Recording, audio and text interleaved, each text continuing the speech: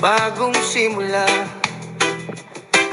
Canada ang tahanan ng aking pag-asa.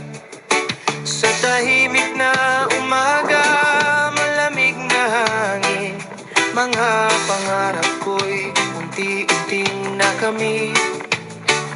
Sa bawat hakbang may kwento at saya. Hirap ng buhay hindi iniinda. Malayo man sa pamilya, bawat sandali biyayang nadarama.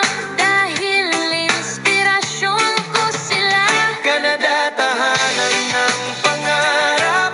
Pagkatapos magkusinera, sa camping at hiking na habang saya.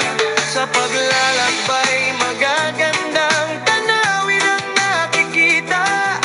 Payapang naglilingkod sa Diyos, simple at masaya. Di man perpekto ang bawat araw, may bagabag ding kailangang lampasan. Pero sa ngiti at pusong puno ng pag-asa, mas masaya pa rin ang naming buhay dito sa Canada.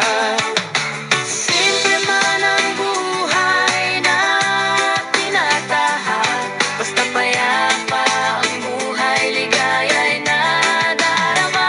Canada Life, kwento ng isang pangarap, mga ala-alay habang buhay kong iingatan. Sa bawat adventure, bagong saya ang dala. Tahimik na buhay, puno ng biyaya.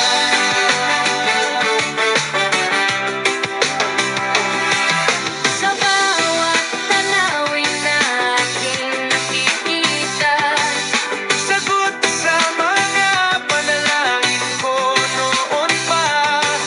salamat Ama sa buhay namin tinatamasa. Dito sa Canada, saya at kapayapaan ang iyong pinadama. Canada Life, kwento ng aking puso, simple at tahimik pero tunay na masaya ko.